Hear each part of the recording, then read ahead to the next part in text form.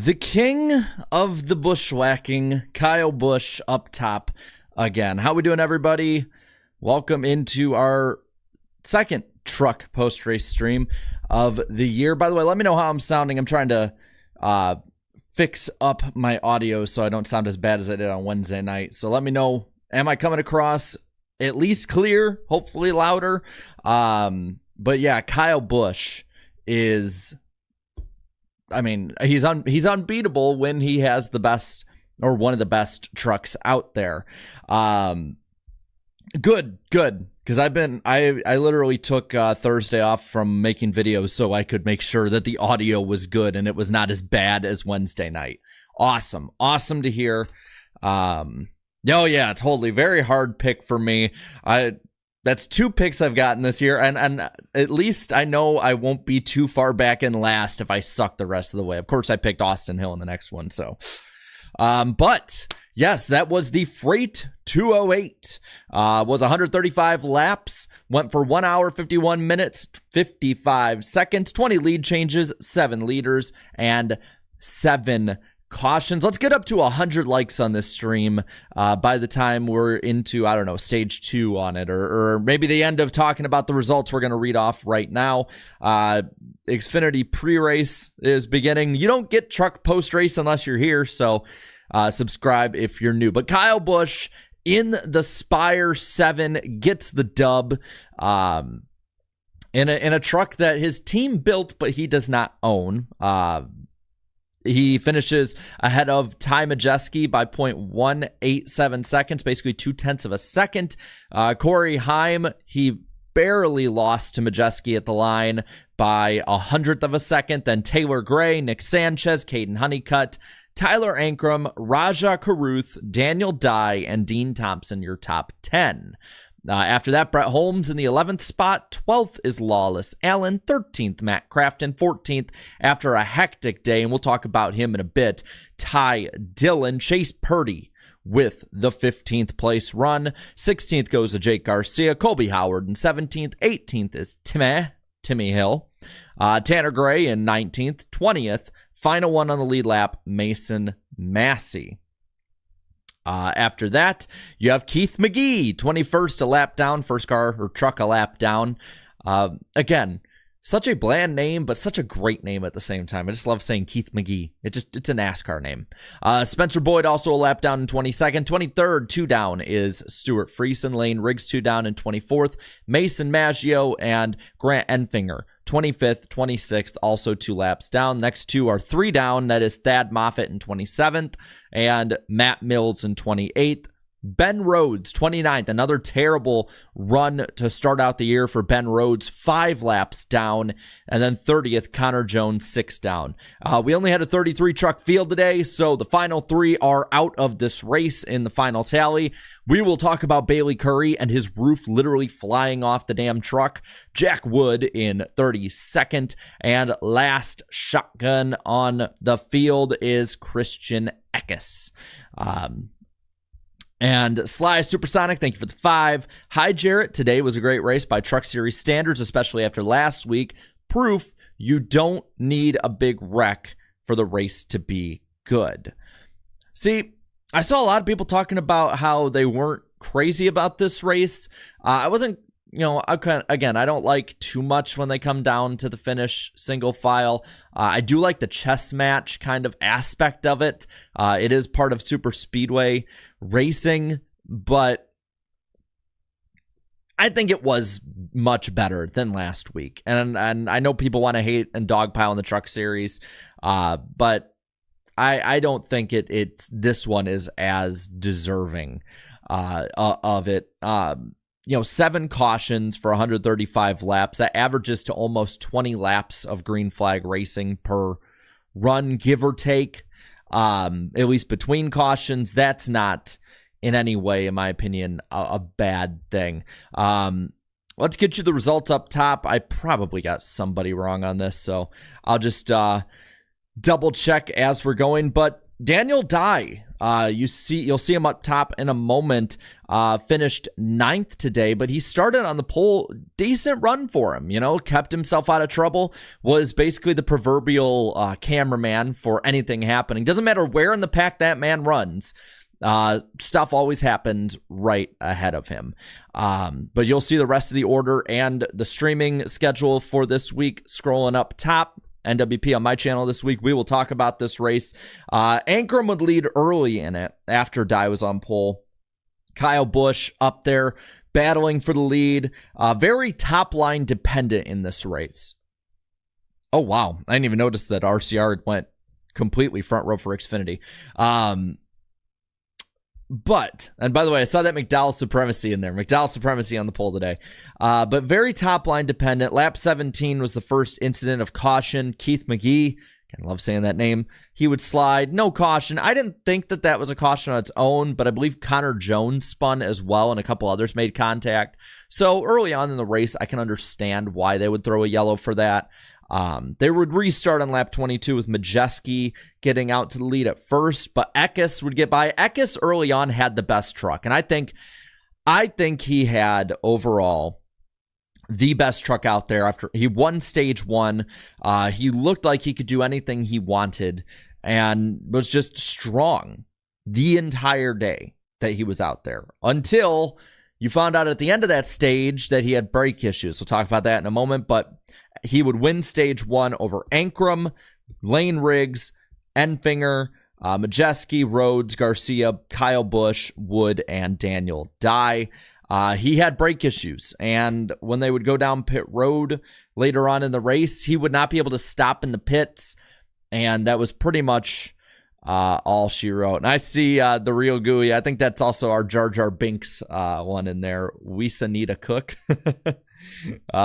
One R in my name, but I always love seeing Jar Jar in there. Lap 37, we get back running. Ankrum and Busch leading the way. Busch was the only one today that I could see on a regular basis making the bottom work. Track was very top line dependent, but when you have a driver like Kyle Busch in a very good truck like Kyle Busch had, you're going to see him be one of the only ones to make it. By the way, 17 likes away from 100, so let's get there. Thad Moffitt would bring out another caution on lap 49 into 50. He just flat out turned himself. There's no other way I can really put it. I mean, he pretty much just took a space that wasn't there, turned himself into the outside wall. I believe Jake Garcia and Lane Riggs would also get contact as well. And at that point, Eckes would go to the garage with no brakes. They'd restart with, I believe, 5 to go in stage 1. Kyle Busch getting ahead. Choo Choo Racing for the most part.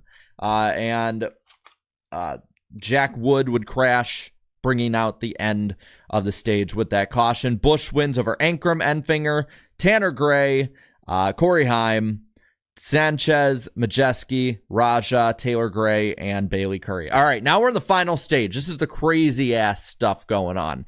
This is FLEXGATE, Roofgate, whatever gate you want to make it. It's going to happen here. First off, we started the stage with pit issues with Lawless Allen and Raja Caruth making contact in the pits. Just normal pit deal, but man, Raja just is like a magnet towards stuff happening in the truck series. You see Dean Thompson, Ben Rhodes, guys like that up there, but Ben Rhodes would have a flat tire and pretty much just be screwed the rest of the day. Friesen was in the wall. Tanner Gray would get damage in that. There's just a lot of action going on through the pack. Even when they were single file racing, something was going on, which is why I really found it much more enjoyable than usual. I think it was way better than last year's truck race. No big one either. Just good stuff. Good stuff to see. Watergate. Yeah, I like that. No. Let's just say that gate's in there too. Why the hell not? Raja would have a flat and have a caution for debris come out around the same time. And then we get to the real fun cautions here. 50 to go. We have a restart with Ankrum easily keeping the lead for a while. They choo-choo race a little bit. Matt Mills, has a little contact in the wall. There's a weird contact with Sanchez and Enfinger, but they start making the bottom line work because they have a huge ass run on that. But with 41 to go, we get a debris yellow. Right when stuff seems to be really cooking up, getting really, really dicey and spicy. There's a debris yellow.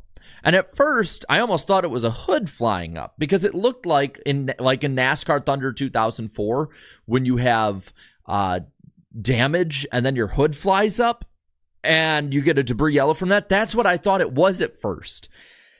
And then we find out that it was a roof, and not just like it was Bailey Curry's roof. And I think, if I'm not mistaken, I have some images from the race of like what was going on. So first off, this picture was taken, I saw on Twitter, and this is Bailey Curry's windshield and roof during the race. Now, he was not the only one. I saw the 45 and the 38 also have this, and a couple others were pointed out. But you can clearly see at the Craftsman sign at the top of the windshield and all the way up to the roof, you can see the bending. It's clear as day the teams were doing something here to try and get some kind of aero advantage or whatnot. We saw this last year at Homestead. I believe Zane Smith had this on his truck. So we probably should have known this was coming. And then this happens. The roof is gone. Like, it's gone. They would end the race at that point. There's no reason why they would be allowed to continue. It was funny. I don't know why Fox was, I think Mikey or maybe Jamie Little was, oh, it's going to be interesting how they can keep going with that. It's like, are you serious? No. It's a convertible, and it's not supposed to be a convertible. Though it is cool that the convertible series got a little shout out. I like having that kind of history pointed out on a broadcast. But I mean, look at this. This is insane. I don't think I've ever seen something like this happen to this extent. I've seen roof flaps fly off before, but I haven't seen the damn roof entirely fly off. And the unfortunate victim in all of this was Ty Dillon. I wanted to point this out too. Ty Dillon here. This picture was posted by the team. Look at the roof damage they got from this. I mean, they managed to recover, but just absolutely crazy today. Absolute craziness from that. I guarantee you there will be penalties against, I believe, Nice and Front Row and probably whoever else did that. There is going to be some serious penalties levied out, in my opinion. And it must be an Atlanta thing. It must be because of teams in every series, because you have the Stewart Haas penalties that are more than likely coming as well. I think it must be an Atlanta thing, because every single year we come to Atlanta for the first time, teams get penalized or they do wild stuff to be fast or to qualify well. But this takes the cake. I say every year that there is always at least one thing, maybe sometimes more than one thing that I've never seen before and I never thought I'd see. And why not? Let's show it again. This qualifies.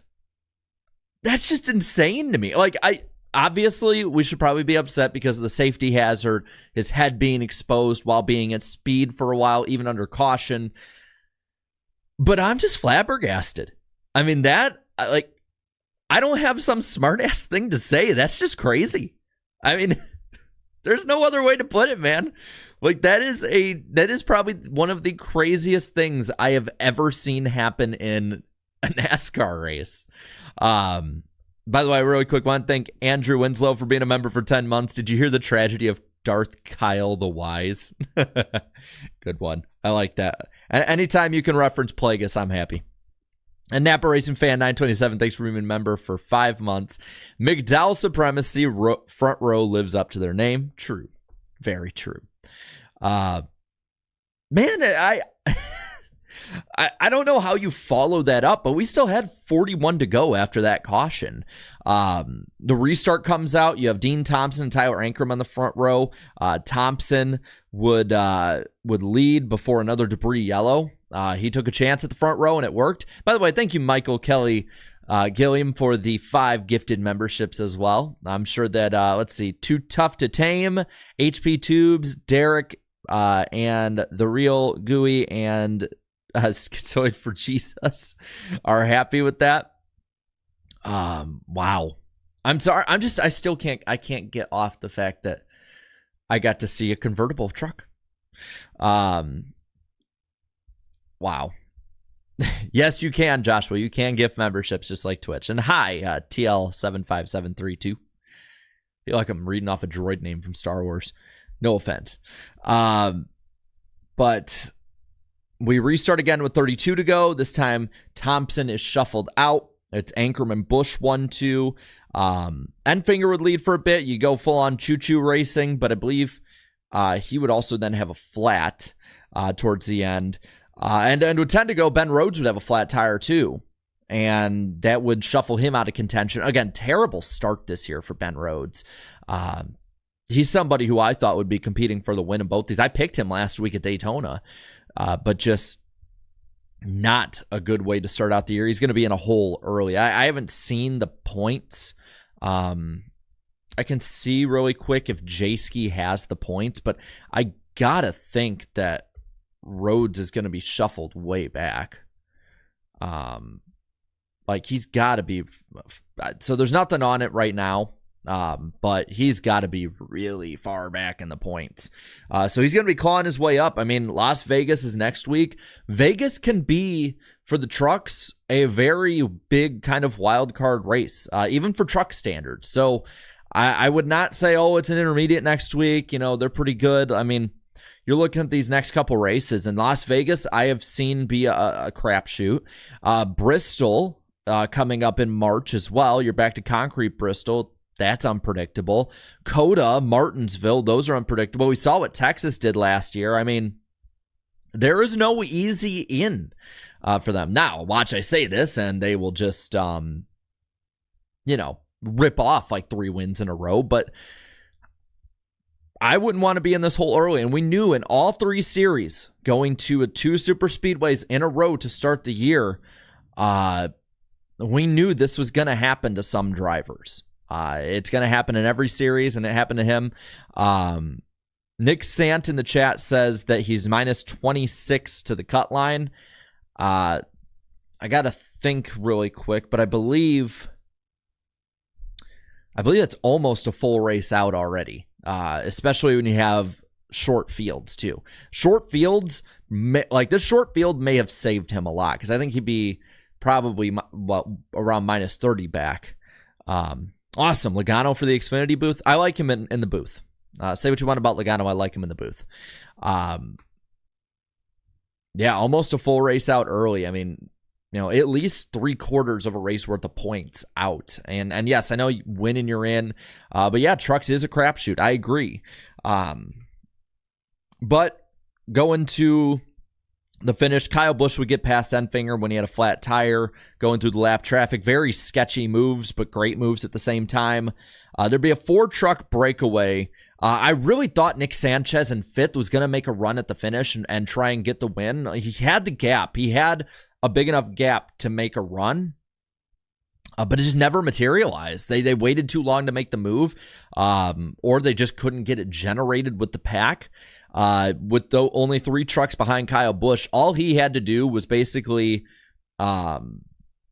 he basically just had to get Majeski and Heim to think he was going to stay in one line, and he'd know where to go. When they try and make a move, they only had one move to make, and at that point, when the 2 of them are racing side by side, there's just nothing you can do. And Kyle Busch easily gets the win in that. And for, again, a driver at the caliber of Kyle Busch, you're not going to beat him unless you have real generated runs behind you. It would have been smart, though. I think Sanchez then would have made the move had he got there. It would have been smart for the 3 of them to back up to Sanchez so that they could make that run on Busch. Lay off. But again, that's Truck Series racing, man. But he gets the win. Good afternoon to you too. And everybody coming on in. Yeah, Raja has to be.